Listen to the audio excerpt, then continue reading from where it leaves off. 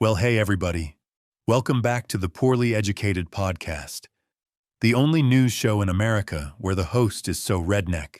We still think a continuing resolution is when your cousin keeps getting back with the same guy named Dale, even though the last 4 times ended with a police report, a tire iron, and a deep-fried turkey. We are here to break down the absolute madness happening across this once great nation, because apparently the government ended the longest shutdown in history and immediately said, "Well, that was embarrassing. Time to make things worse." So grab your sweet tea, buckle up like you're riding shotgun on your uncle's homemade ATV, and let's dive into America's new hobby, making everything on fire all at once. Segment 1. The executive pivot. When all else fails, use force. Well, folks, Washington is moving like a man who just lost an argument, kicked the wall, and now pretends he meant to do that. The 43-day shutdown ended 2 days ago, and I swear the ink on that continuing resolution wasn't even dry before the administration said, "You know what? Forget Congress. We'll just do everything ourselves like a stubborn dad who refuses to ask for instructions while installing a ceiling fan." And yes, that ceiling fan is about to fall on all of us. The White House got beat so bad on the ACA subsidies fight that they pivoted straight into immigration enforcement, like a redneck trying to save face after losing a bar fight by yelling, "Well, I didn't want to win anyway." Markets tanked. The Dow dropped 800 points, and even Chipotle said, "Y'all ain't eaten enough burritos for us to keep this up." When 25-year-olds start saving money, that's how you know the apocalypse started. I saw a dude eating half a burrito and saving the rest for dinner. That ain't normal. That's economic terror. Segment 2. Charlotte, the new target in the federal crosshairs. So now the feds are heading into Charlotte, North Carolina, and not for NASCAR this time. Sheriff McFadden said federal agents are coming, and DHS basically responded with, "We ain't saying they are, but we also ain't saying they ain't, so sleep tight." That's the kind of answer you give when someone asks if you remembered to pay the light bill, and you didn't. But you also don't want to argue local officials are madder than a possum caught in a glue trap. They're calling it an invasion, a shock and awe show. And honestly, I love the phrase felonious reality TV personality in the White House. That sounds like a great Netflix docu-series. Charlotte's police said, "We ain't helping," because they don't enforce federal immigration law, and also probably because they saw how Chicago went and said Mockery too. "No thanks, we like our windows unbroken." Meanwhile, activists are out there training folks to document the raids like it's a neighborhood Bigfoot hunt. And look, as a redneck, I understand hunting something elusive, but federal agents rappelling off a helicopter ain't exactly subtle. If I saw that in my neighborhood, I'd hide under the porch with a lawn chair and a Mountain Dew. Segment 3. The Chicago Template, aka Operation. What in the tactical heck is this? If you're wondering why folks in Charlotte are terrified, it's because the Chicago operation looked like somebody let Michael Bay direct an immigration raid. They had Black Hawk helicopters dropping agents on apartment buildings. They had grinders taking down doors like HGTV's Extreme Home Makeovers Federal Edition.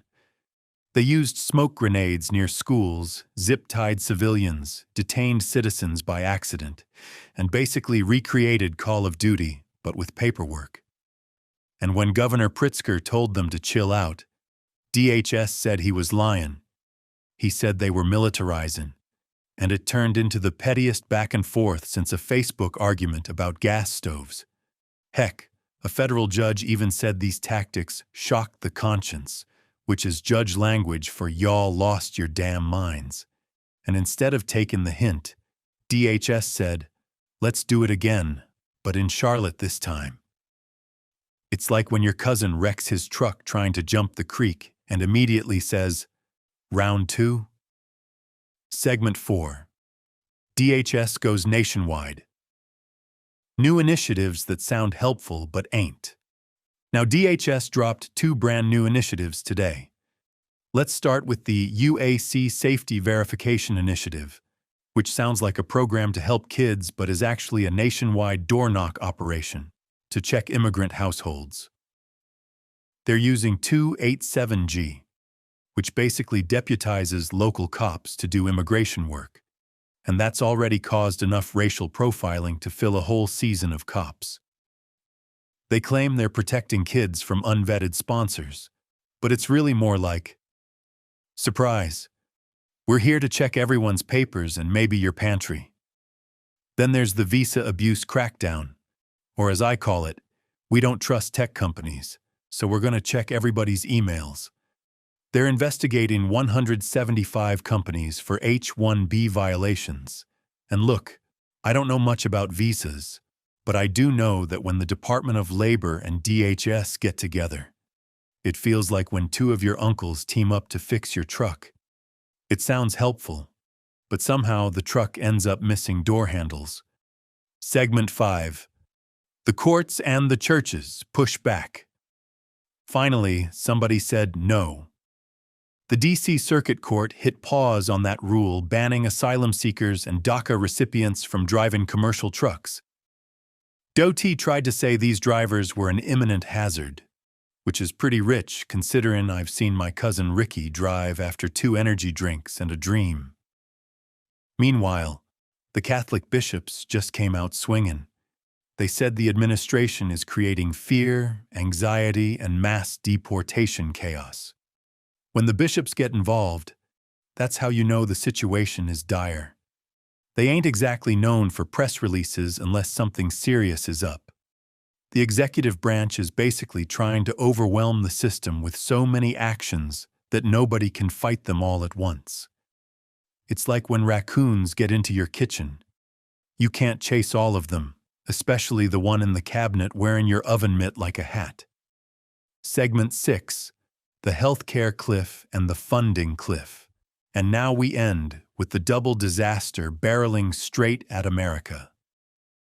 The ACA subsidies run out on December 31st, which means premiums are about to double and millions will lose insurance. A 59-year-old making $63,000 would see her premium jump from $5,355 to $14,213. That ain't a policy failure. That's a financial mugging.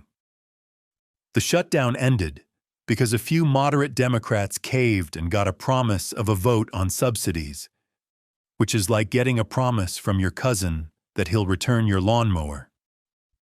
That lawnmower is gone, my friend. Then there's the January 30th funding cliff. Another shutdown is basically scheduled like it's a dentist appointment. Nobody actually plans to go to. The Department of Education's OSER's office got gutted, then reinstated, which is government speak for they're back, but not really. It's like firing someone, rehiring them, then locking the break room so they can't go inside. The administration is running a pincer move. Raids on one side, cliffs on the other, and the rest of us in the middle like, can I just pay my bills and go fishing? In conclusion. And that's today's Poorly Educated podcast, where we break down the downfall of modern America one confused Southern metaphor at a time. The government is pivoting, the markets are shaking, the raids are coming, the premiums are exploding, and somewhere out there, Sheriff McFadden is wondering why DHS keeps answering his calls like a teenager caught sneaking out. We can't confirm or deny. I'll be here tomorrow, unless the feds rope me up in a helicopter raid for mispronouncing ACA subsidies, which is a real risk for somebody with teeth like mine. Until then, keep your boots muddy, your humor dark, and your expectations low, because that's how we survive America 2025.